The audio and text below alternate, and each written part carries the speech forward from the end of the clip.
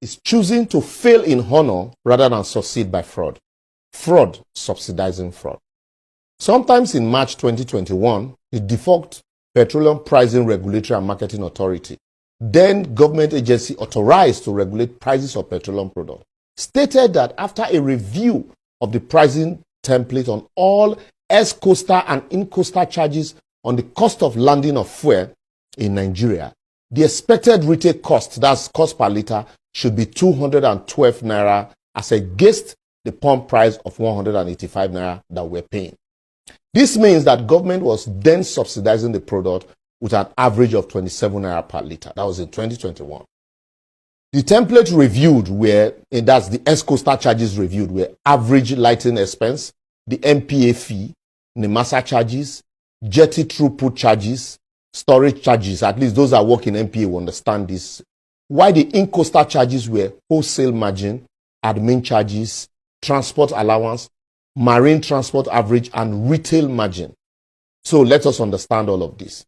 At the House of Representative Committee sitting in 2022, that's last year, the NNPC Limited MD, Mele Kyari, represented by Umar Ajia, that's the Chief Financial Officer of the company, claimed that as at that time, government was paying 209 naira per liter as subsidy, even though we're buying it at 185 per liter. That's with an average of 66.7 million liters needed daily in Nigeria. The government then would require 3.4 trillion naira to subsidize the product in 2022. So I beg, help me do the maths. If you add 209 naira, that's the cost of subsidy, to 185, where would they buy them for pump? That's according to NNPC price in 2022.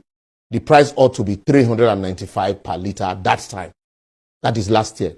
Even though I still don't understand, because looking at the template of 2021 that I said, where them say without subsidy, the expected pump price up to be 212 naira per liter.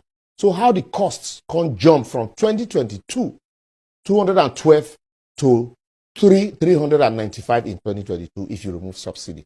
Anyway, then I one question for one side. Maybe in inflation or COVID, according to Fela, if they won't turn things, they will look for something to blame.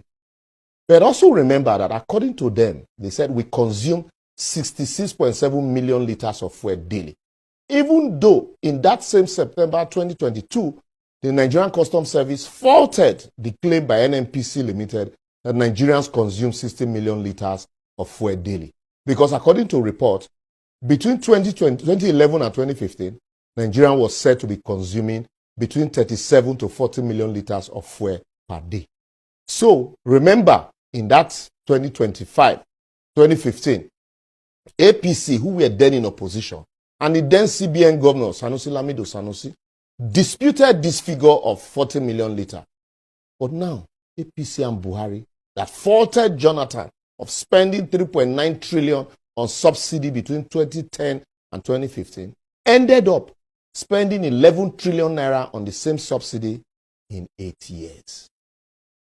What God cannot do does not exist, though. Anyway, just follow me small, you understand where we are going to.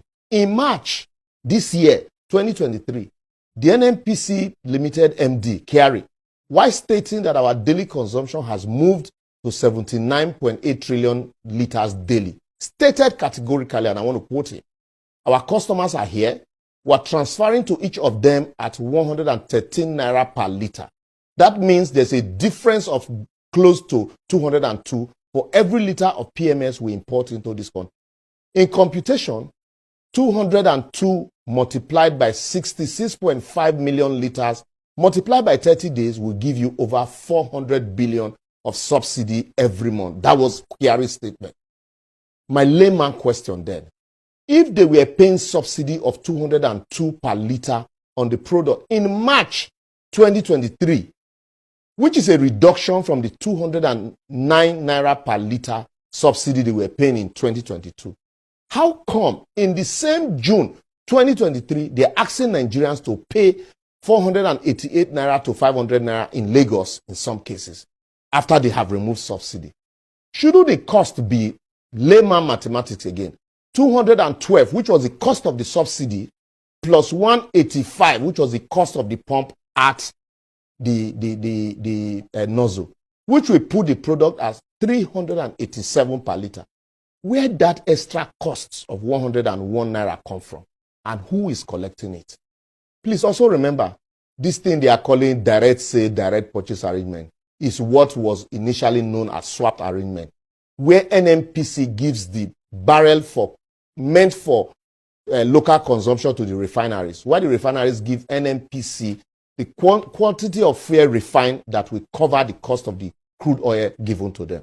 So the only cost NNPC Limited is bearing is the cost of freighting, insurance, and co. So they know they buy the products. So we also want to know, at least you should also remember that the insurance cost is in the percentage of cargo price and will not be significantly affect the price. So I beg, I need NNPC Limited and those when know to educate us on this additional cost, because all I am seeing here is transfer of subsidy from government to the people. I will therefore advocate that while a lot of economists agree that subsidy was a fraud and should go, NNPC Limited should not transfer the fraud to the ordinary Nigeria. They need to explain to Nigerians in clear and transparent terms how this their expected retail price was arrived at using the same template that they used in 2021. With that, we can even estimate how much agencies like NPA, NIMASA will generate from charges on crude oil vessel. Because these 130% changes in their cost driven between 2021 and 2023 is a big question that I'm still finding hard to answer.